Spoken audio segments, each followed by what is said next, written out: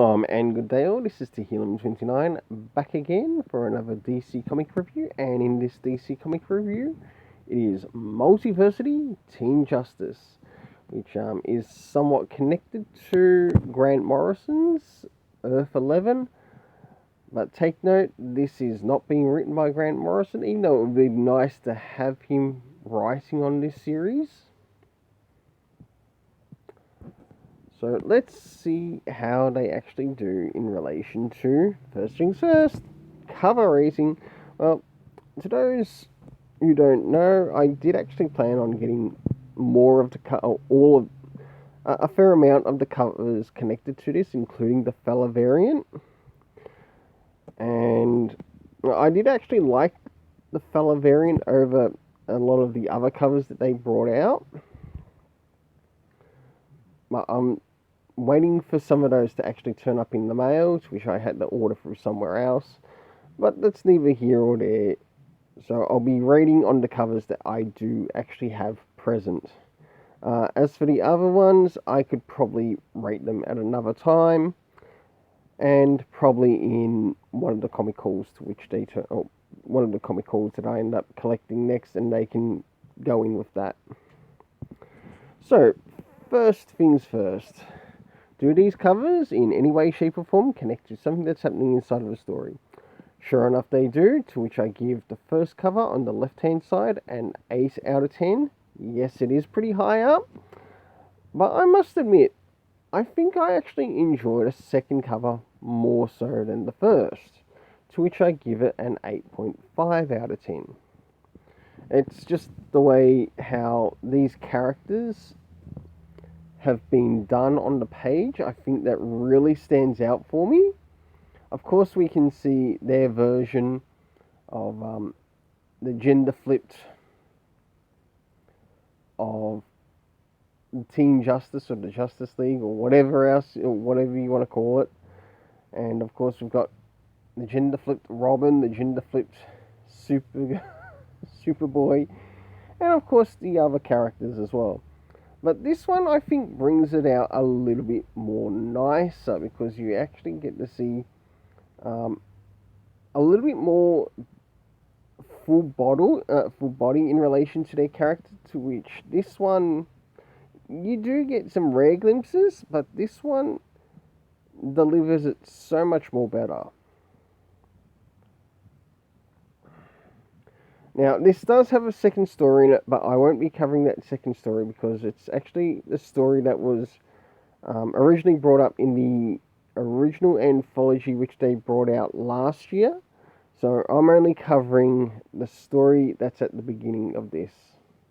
So sorry for taking a little bit long in this. I'll now move into the area of the art as well as the story. And I'll be using the variant cover to show this. So this is around the beginning of the story, to which we follow a new character that is entering the scene, and they happen to have some experiences connected to Teen Justice, but they're not actually a part of Teen Justice. So with this story, we are actually following this character and their interaction with Teen Justice.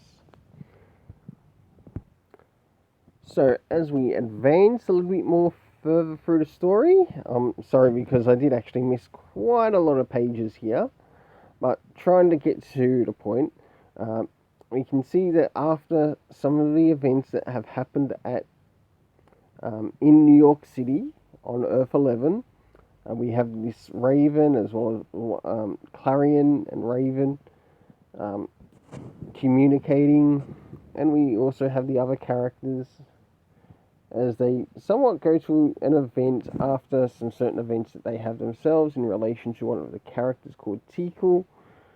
And then as we move into here, we start to see where this character is going, and they end up going to the Church of Blood. I'll now move towards the end. So as we advance a little bit further in the story, I must admit I quite like this art. I really hope the art improves and also consistently improves in the story, because I'd like to give this some really good ratings. And as you can see here, this character that we meet at the beginning has finally been chosen to be a part of the Church of Blood and the Sister Blood, and of course we learn that there's some other people connected to this behind the scenes.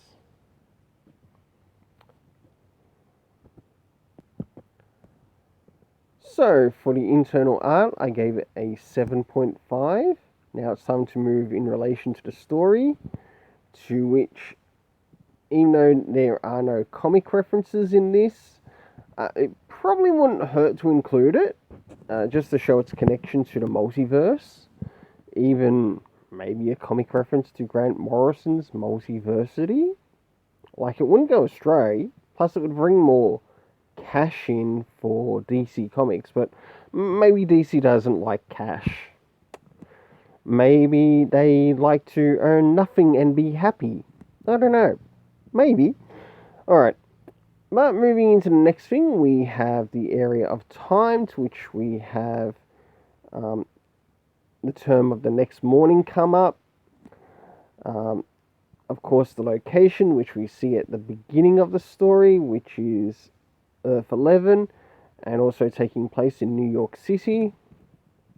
The cast of characters consisting of course, the gender-flipped version of Wally West, which is Kid Quick. We have Clarion, we have Supergirl and Robin. We also have Troy, Aquagirl, Raven, Sister Blood, Teela, and last but not least, Sinestro. For the overall story rating, I gave this a 7 out of 10. Until then, let's keep it colourful and have yourself an awesome day.